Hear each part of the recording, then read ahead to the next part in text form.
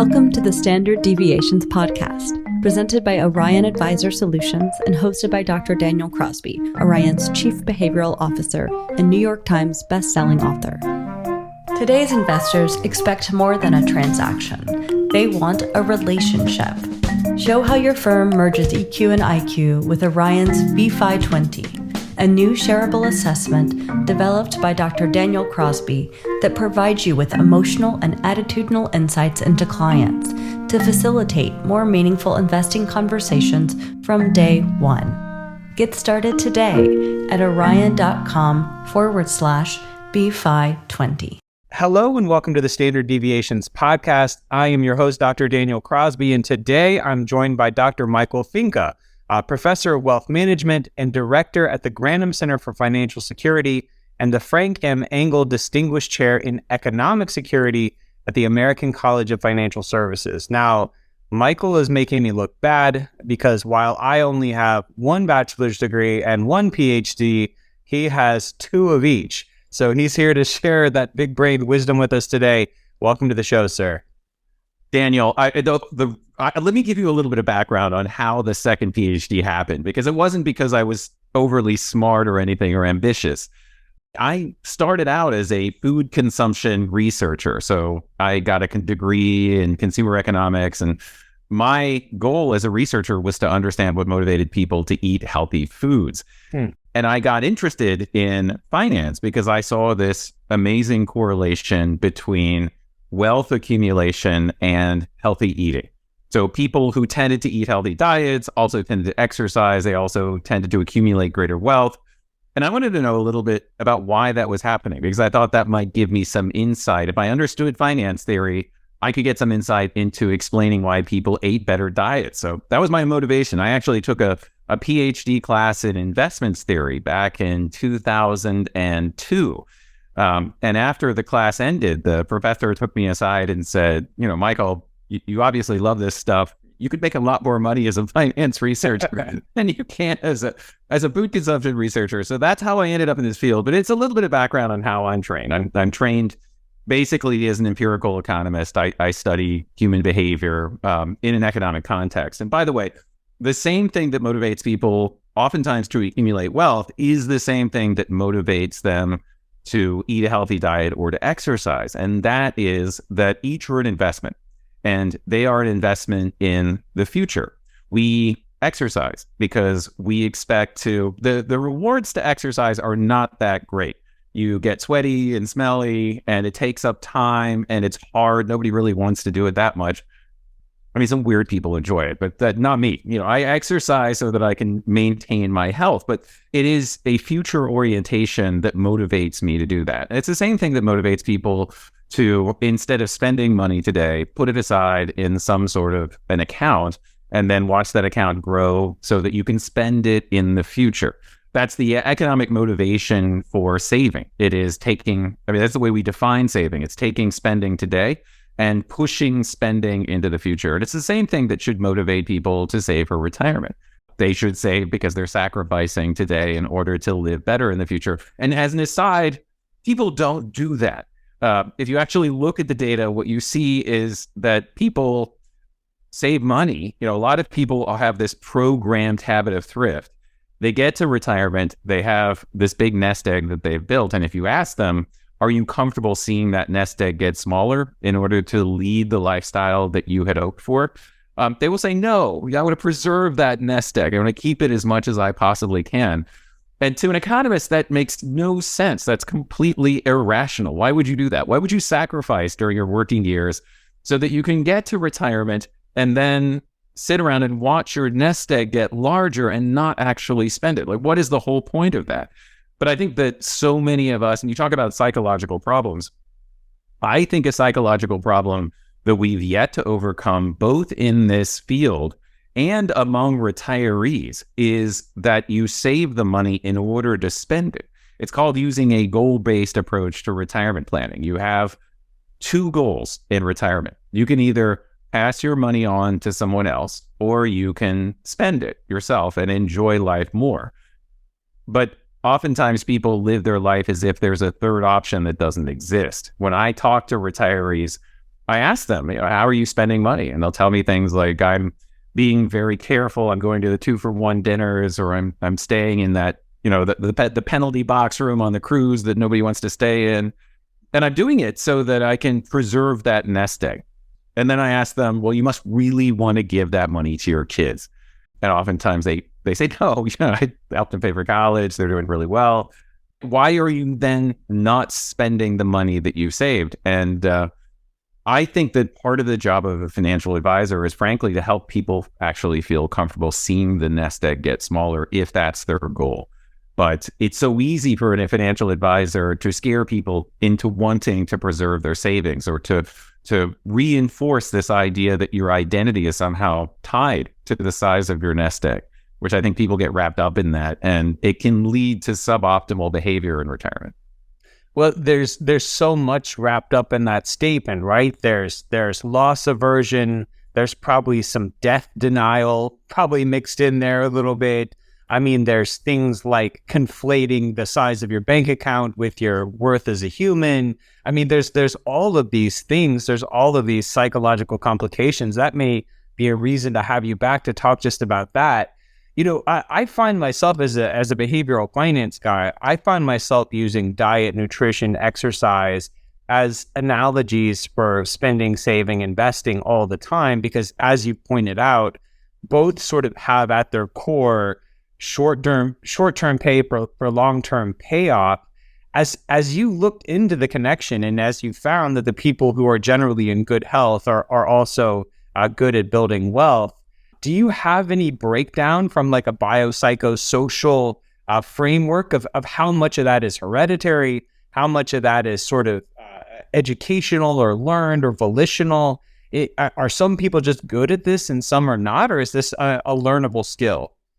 That is such a great question, Daniel. There is a great data set called the National Longitudinal Survey of Youth. And I used to do a lot of research using the NLSY.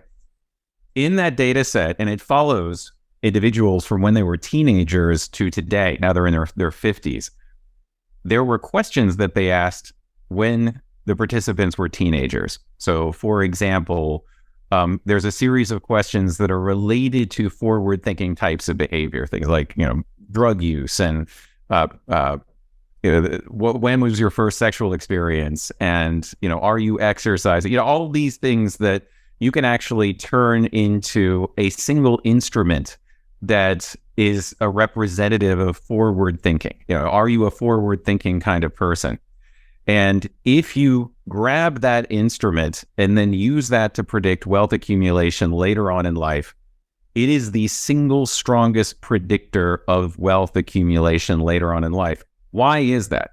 Well, oftentimes the same thing that predicts those forward-thinking behaviors when you're a teenager are also what predicts whether or not you get a college degree. And of course, getting a college degree is going to result in greater income, which allows you to accumulate greater wealth. But the question becomes, is it the education itself, or is it just the revealed preference that you get from people who complete their college degree? And in my mind, the evidence seems to be increasingly in favor of the idea that these things, like whether or not you're forward-thinking or present-oriented, are pretty much hardwired into you relatively early on in life. Now, there is a school of thought, and there is some evidence that you can train people to be more forward-thinking. In fact, that's something you can start doing in schools, is you can have more exercises that reward students for being more forward-thinking as a way of training them to be that way. But, you and I, we're in this field, we're very familiar with the Walter Mischel, the test using a marshmallow test? Marshmallows. Yeah, sorry. It took me a while for it. Yeah, I don't eat marshmallows, so I hardly ever use the word. The test using marshmallows.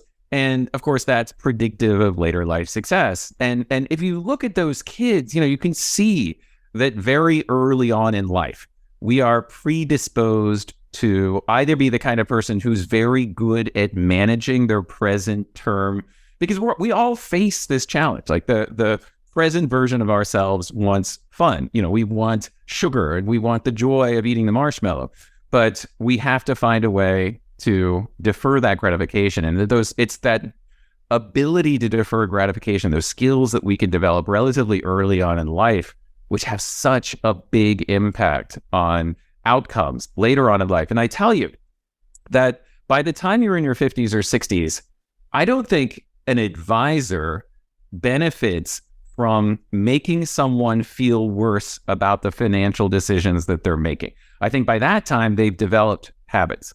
So your job, because you know that the elephant is very powerful, your job is to put together some sort of a pathway where the elephant can be happy while still achieving their long-term financial goals. So, this is where the creativity, I think, gets really interesting in behavioral finance. No, I love that. I love that analogy. This is a fantastic detour to start at the beginning of our conversation. I began my research was actually in eating disorders. I'm a clinical psychologist by training, and so if you and I ever want a second career, we can get together and start a nutrition lab. I think if we ever tire of this work. So, Michael, you're an expert in sort of the world of retirement and meaning and purpose and happiness as it bumps up against retirement. And I'd like to start off by doing a bit of state of the retirement union with you, if you don't mind. I don't think it's a stretch to say that we're having a bit of a national mental health crisis right now. Deaths of despair are at records highs. Waits for mental health providers are incredibly long. And I'm also starting to hear about research that increasingly retirees have the means to retire, but no meaning to retire to. And I'm curious, what's your take on just how are retirees doing generally? Wow. Daniel, I follow a lot of social media groups of retirees, and I'm a lurker. I see what they talk about, and it's obvious to me that so many people are getting to retirement without having given any thought to what retirement means. What are they going to do with their lives? And you see these conversations, and it's funny in a way, but it's also sad. People for so long and I think it's autonomy, honestly. I think it's autonomy that they've been yearning for so many years. They want the autonomy. They get to retirement, they have full autonomy, and they have no idea what to do with it. They've never actually thought about it. There's a lot of evidence, as you know, that people are very bad at projecting the future. They tend to place it in the context of today. And when we're working, we think that the weekend is an awesome time. We play golf, we have fun. But then if the weekend was if it was all we did, then would we get bored of the weekend after a while? Is it not fulfilling enough? Is it not doing the things that we know are predictive of life satisfaction? Things like challenges or human interaction or all the things that we know are strong predictors of life satisfaction.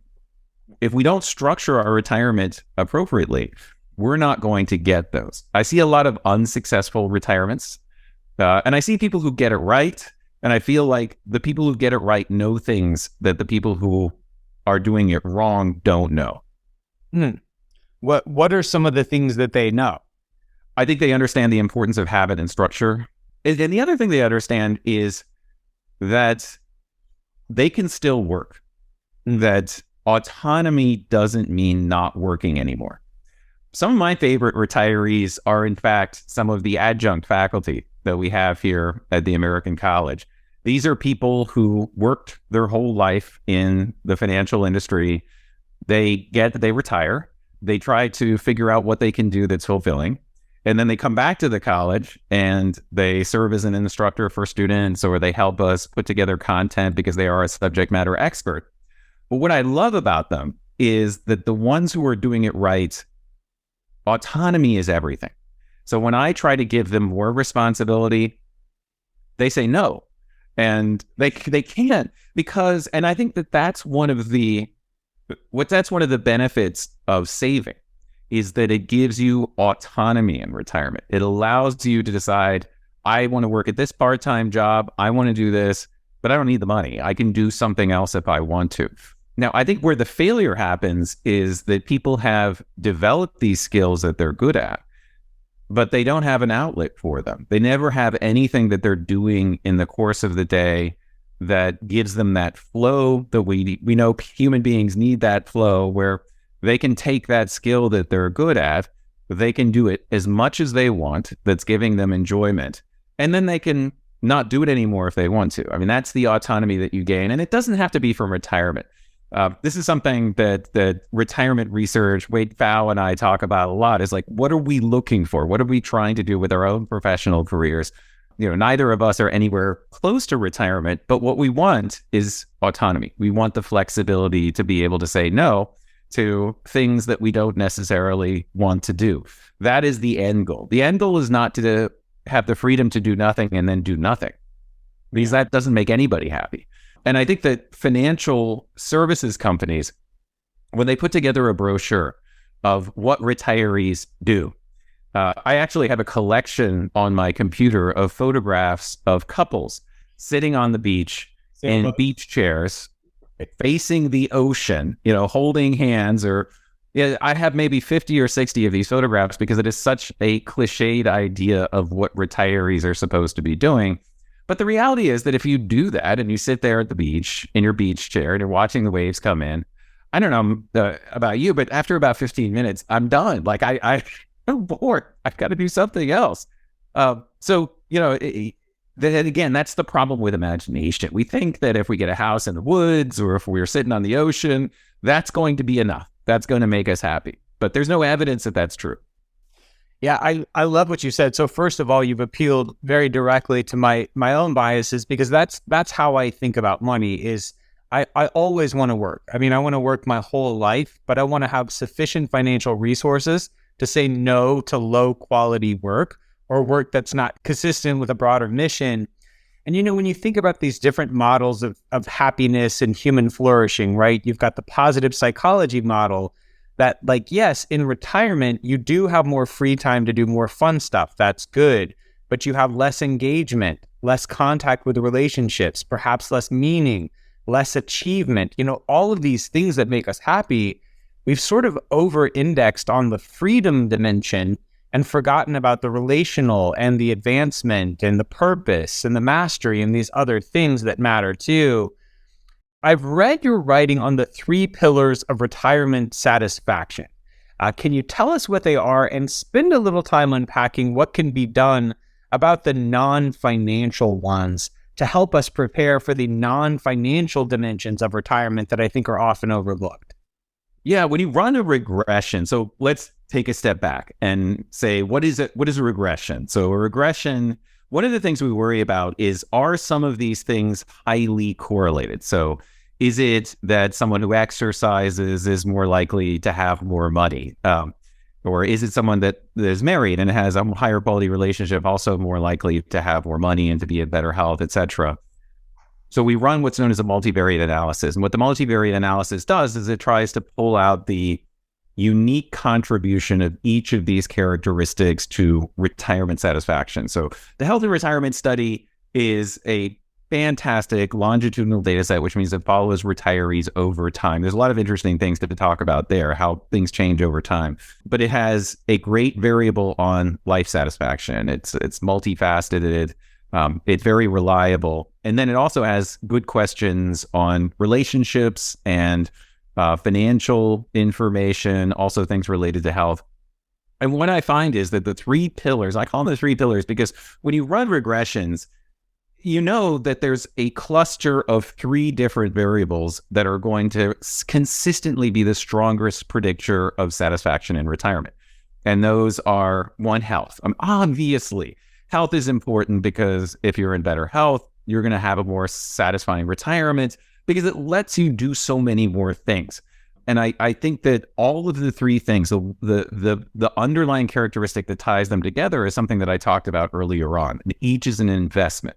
So by an investment, that means that you can make a sacrifice earlier on in life in order to enhance that component, that pillar of life satisfaction and retirement. So one of them is health. That's obvious. There's only so much you can do. Some of it is under your control. Some of it is not. The second is money. And there has been some really recent, there was this debate about whether money actually made you happy because, Danny Kahneman, about 20 years ago, did a study with an economist where they found that it seemed like as you earned more money, you were more happy up to a plateau, and the plateau was maybe $70,000 or $80,000. But other researchers found something completely different, which is that the more money you had, the more income, the happier you were, and it just kept going up.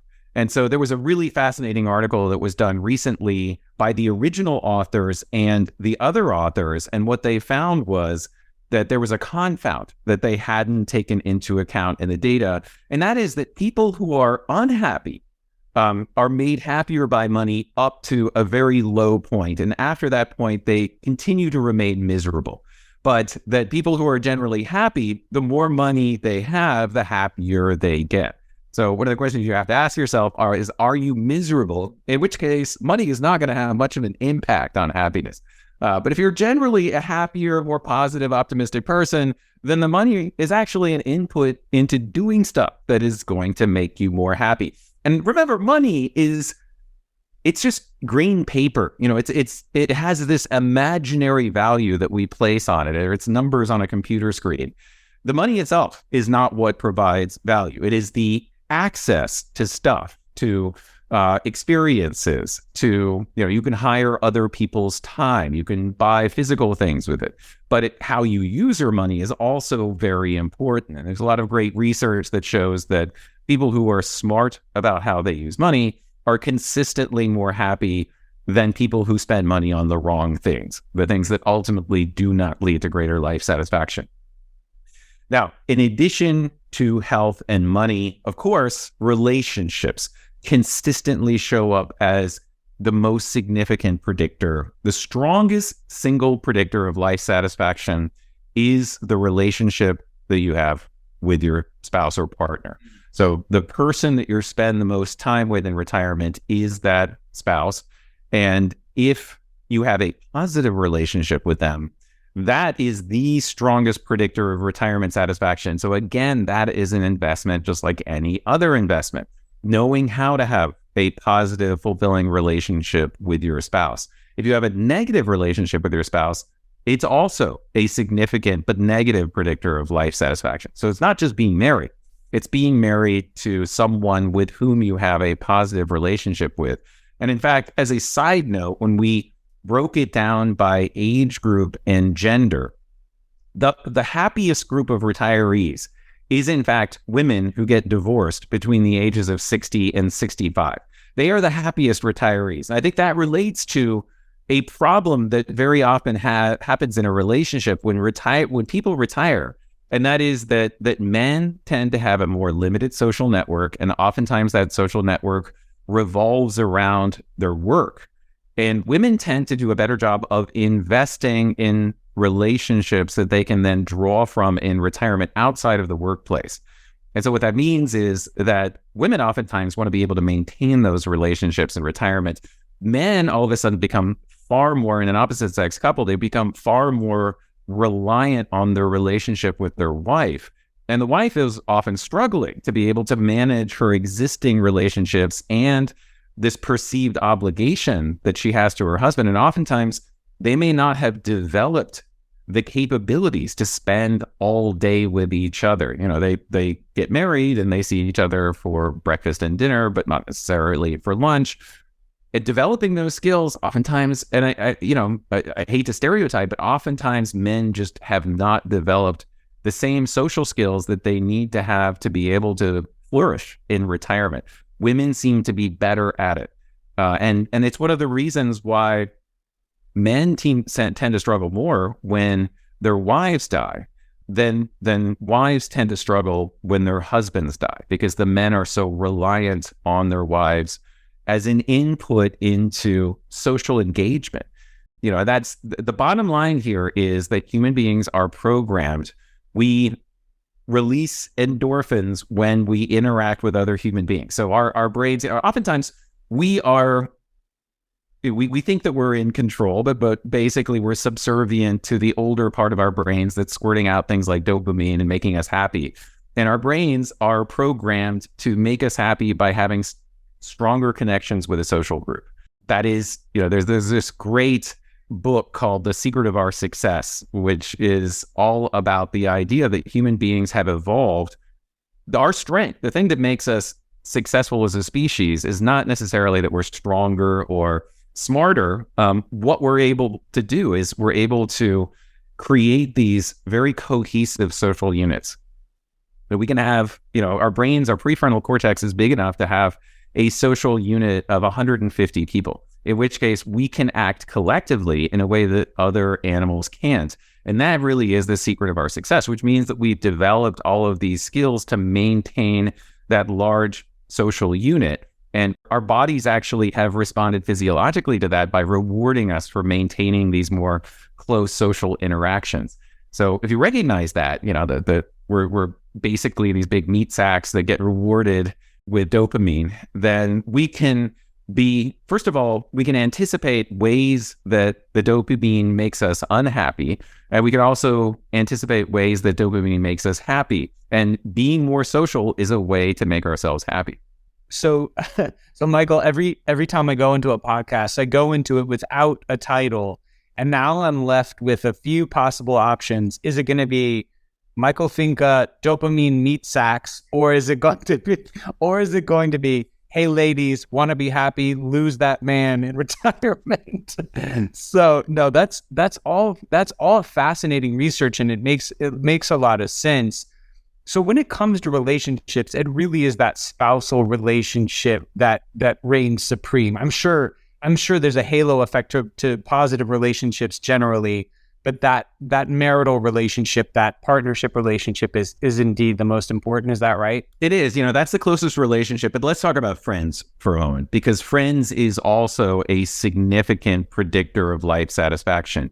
And friendship, just like health, just like money, friendship is an investment.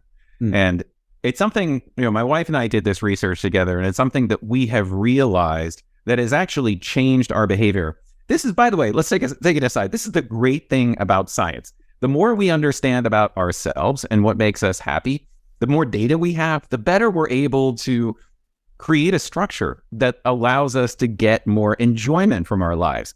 And one of the things we found was that friendship is important. It is a significant predictor of life satisfaction. But we also realized that, as you reach middle age, very often those long-term friendships that you've developed over the years, you start losing them. You lose track of people. You don't interact with them as frequently. But you can change that. You can actually make an effort to visit your old friends. You can phone them up. You can text them on a regular basis. That's an investment that takes time and effort and energy. But you make that investment so that you can then draw from that friendship later on in life. And in retirement, that becomes particularly important, the ability to draw on those long-term friendships that you've established.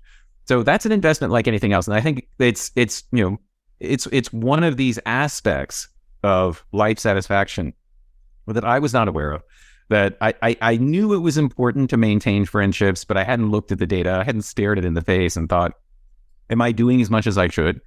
That we both made an effort at that point to reestablish the friendships that we most valued, to make an investment with them, to buy the airline tickets, that's what it takes to maintain those friendships. And that it's an investment like anything else.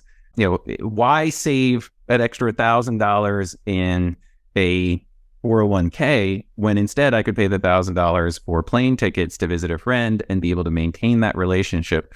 Because I'm going to get more happiness out of that than I am from the $1,000 that I invest today. And that's a really interesting way to look at it, is there's these trade-offs. You've got these health, relationship, and money trade-offs.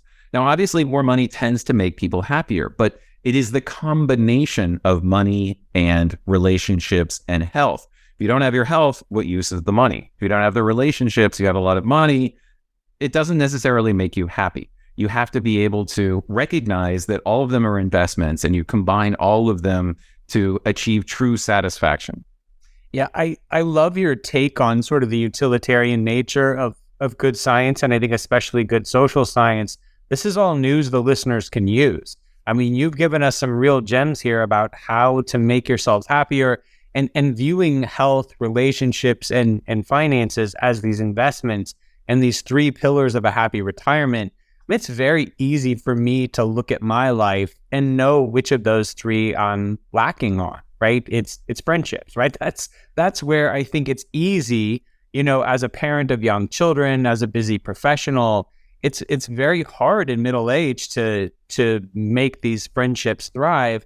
And so I think you can hear these three things and go, where am I doing well? Where am I coming up short? And make practical tweaks that will help us avoid some of the problems we talked about at the outset. I want to drill down on something you said earlier. I may be misquoting you here, but you said something to the effect of talking about people spending money in smart ways. I'm familiar with some research that says that money basically can buy happiness if you spend it in certain ways. There's research around spending money in a way that's consistent with your personality and how that brings greater happiness. There's research that suggests that, getting yourself out of doing chores you hate, or, buying experiences with people you enjoy, being philanthropic. When you think about smart spending or smart investing, what are some ways that we can spend money that make us happy? Yeah, when you look at the predictors of life satisfaction in terms of your budget allocation, which is something that we did in that research, the only consistently significant positive predictor was leisure spending. And within the leisure category, it was social spending. So any sort of spending that increases your interaction with other human beings. So going out to dinner with friends. This is one of those things. And it also worries me about how retirees spend, which is they often cut back on the frivolous things when the market does poorly and they're worried about their money.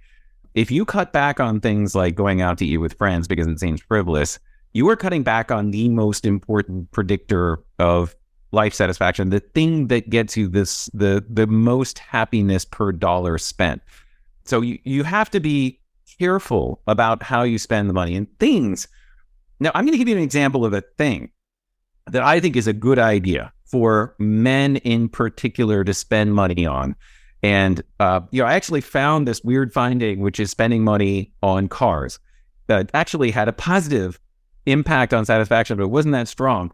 But I have a hypothesis, which is not necessarily supported by data, and that is that among men, spending money on something like a classic car is entree into a social group. It's not the car itself that provides that much happiness. They can drive it, they can look at it, that provides a certain amount of happiness, but it's not worth what they're paying for it.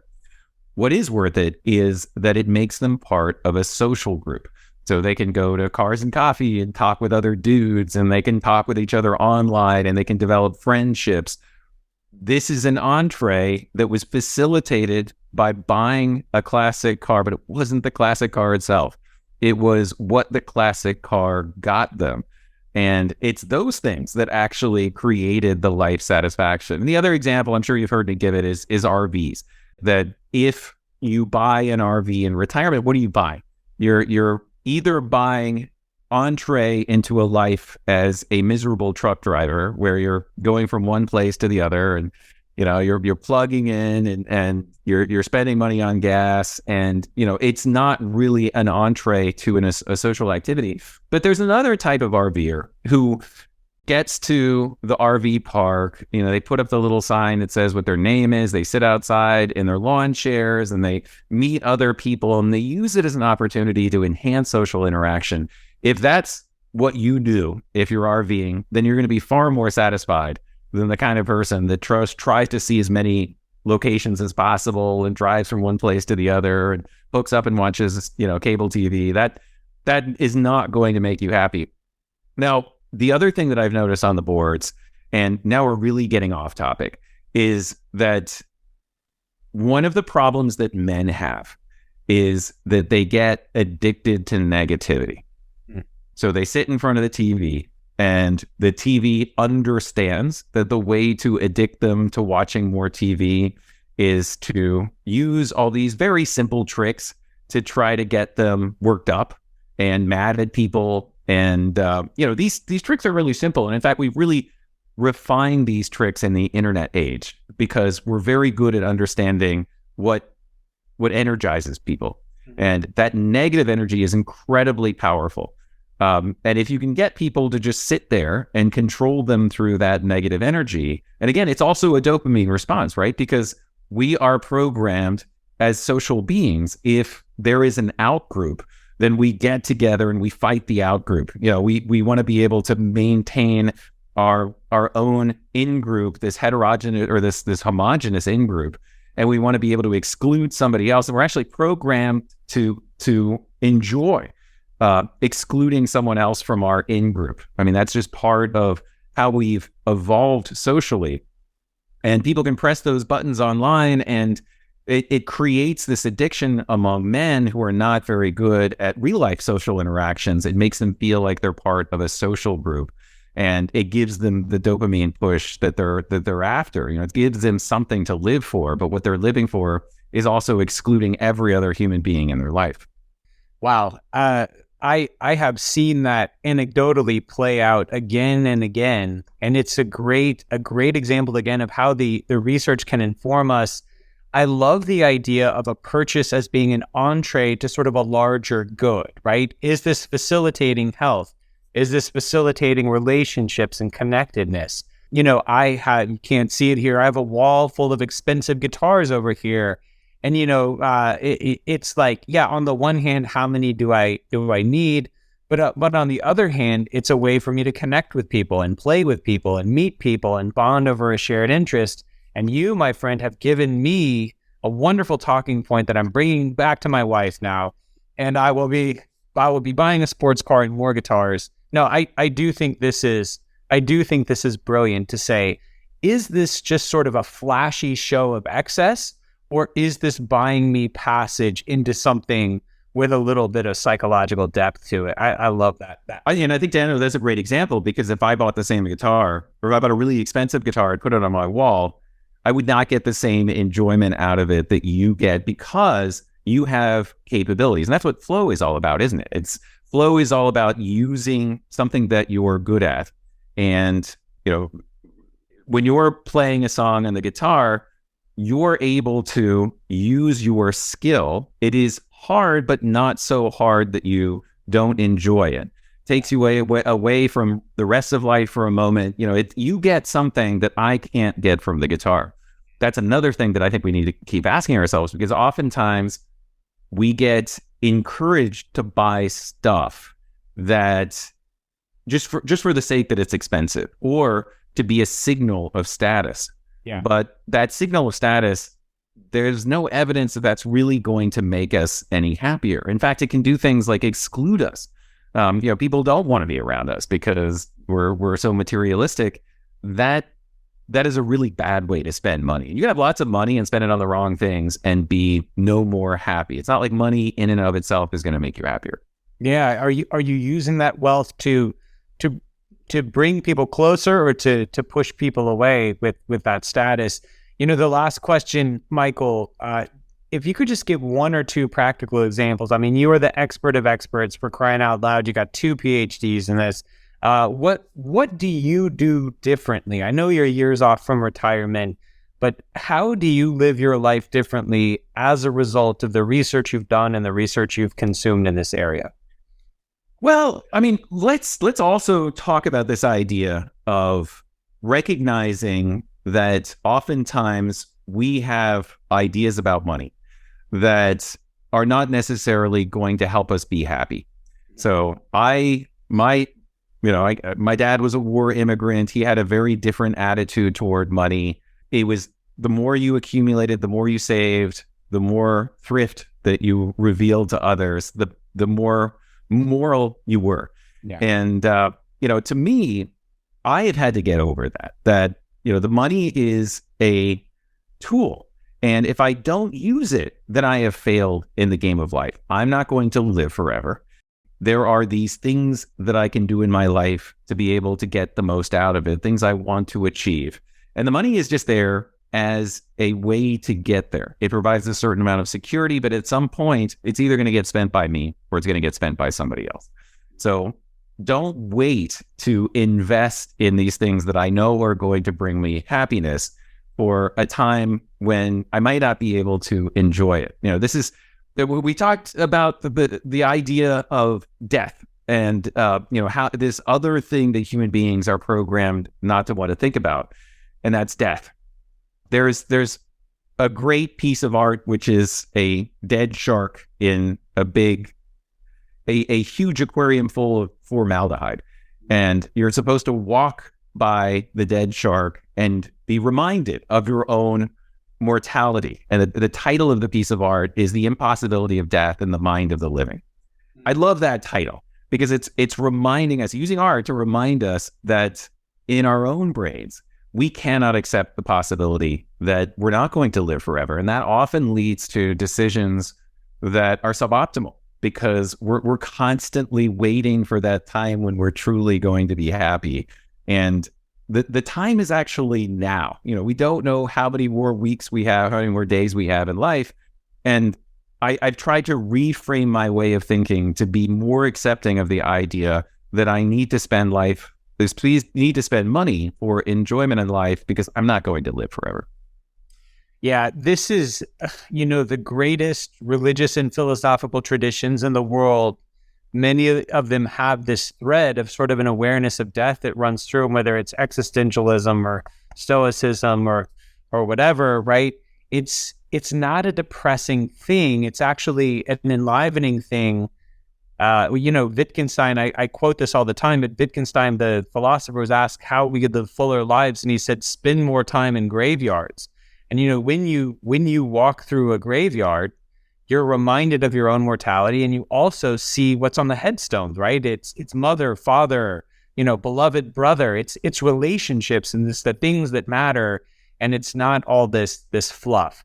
So this has been a remarkable conversation, one that's grounded in research, but I think eminently applied at the same time. If people want to learn more about you, they want to follow your work and your research, where can folks find you online and support you? Well, I write regularly for Think Advisor and Advisor Perspectives. You can also read my research on Social Science Research Network, so ssrn.com. Mm-hmm. Beautiful. Thank you. Doctor, thank you for joining us today. My pleasure. Thank you, Danny. Thanks for tuning in to Standard Deviations. If you can't wait till next week for more behavioral finance insights, visit www.orion.com. All opinions expressed by Dr. Daniel Crosby and podcast guests are solely their own opinions and do not reflect the opinion of or endorsement by Orion and its affiliates, subsidiaries, and employees. This podcast is for informational purposes only and should not be relied upon as a basis for legal, tax, and investment decisions. The opinions are based upon information the participants consider reliable.